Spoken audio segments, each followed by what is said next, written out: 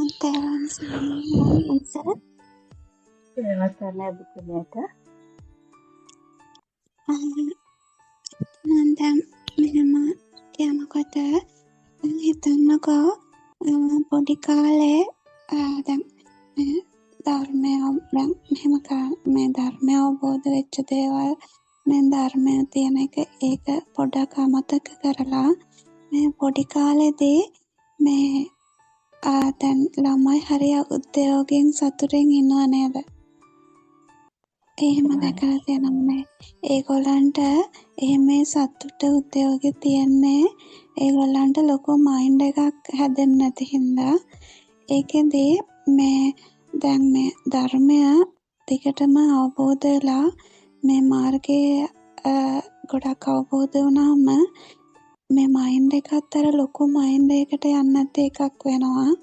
එතෙන්දී අර උද්‍යෝගය කියන එකේ නැතිවෙච්ච උද්‍යෝගය ආයෙත් යනවා.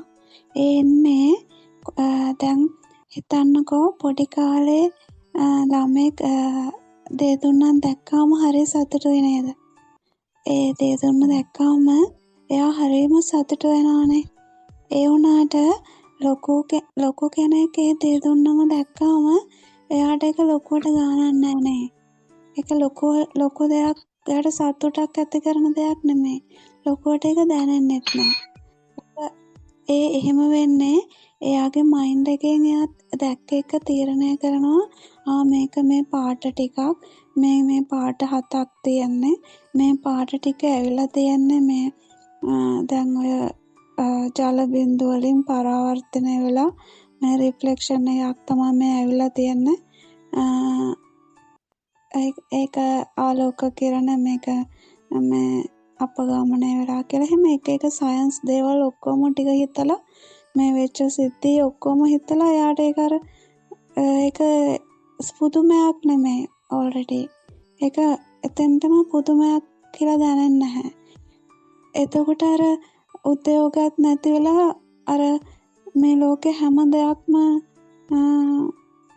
ඒක අර දකින කෝණය දකින ඒ ඔක්කොම නැති වෙලා ඒ කියන්නේ හරිම මේ ගන්න දෙයක් නැති වෙලා වගේ යන්නේ අර කිසිම එහෙම වෙන්නේ අර මේ මයින්ඩ් එකට ලොකුවට අර තද්දට හැදිලා ලොකුවට මේ අර හැමදේම දකින හැමදේම පරණ දේවල් එක්ක හිතලා තීරණ අරගෙන ඒක නිගමනයක් දීලා ඒ වගේ ගොඩක් අර මයින්ඩ් එක වැඩ කරනවා. දැන් මෙතෙන්දී දැන් මේ මයින්ඩ් එක දිය වෙලා යනකොට දකින හැමදේම අර පරණ ඒවත් එක්ක සංසන්දනය කරලා මේ තීරණ අරගෙන හිතන්නේ නැති වෙනකොට දකින හැමදේම අලුත් දෙයක්. එතන අලුත් ලස්සනක් තියෙනවා. අලුත් අර පොඩි ළමයින්ට වගේ අලුත් දෙයක් පේනවා. ඒ දකින හැම දෙයක්ම හරිම සංවේදී විදියට දැනෙන්නේ.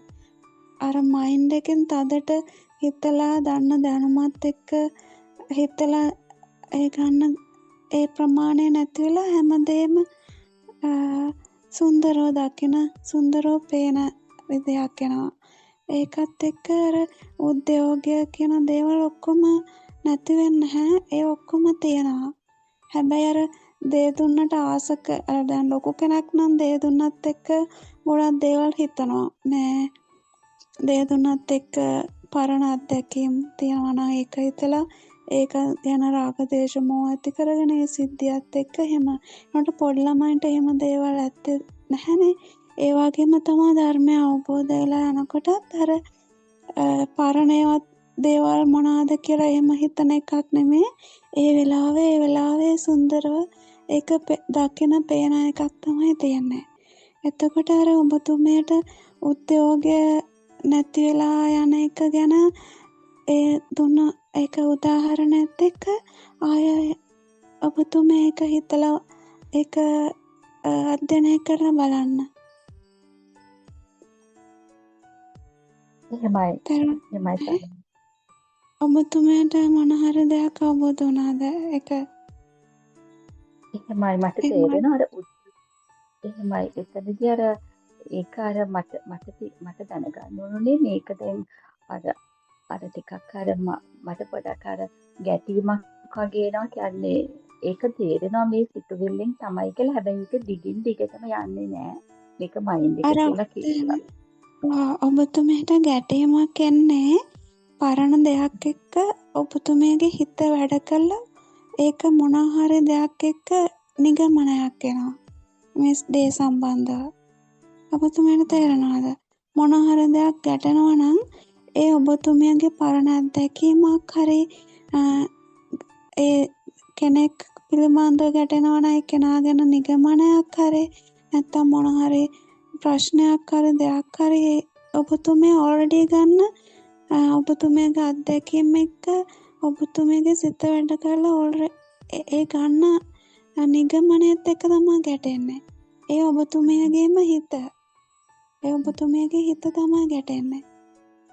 මේ හිත දියවලා යනකොට ඒ ගැටෙන දේවල් නැති වෙලා යනවා.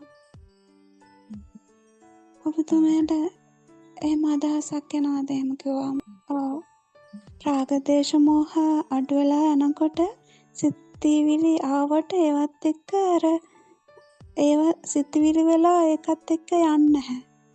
සිතිවිලි එනවා තමයි ඒ වුණාට ඒකත් එක්ක දිගට යන්නේ නැහැ. පළවෙනි සිතිවිල්ල දෙවෙනි සිතිවිල්ල තුන්වෙනි සිතිවිල්ල එනකොට ඒ අරමුණට ඒක නිකම්ම නැති වෙලා යනවා.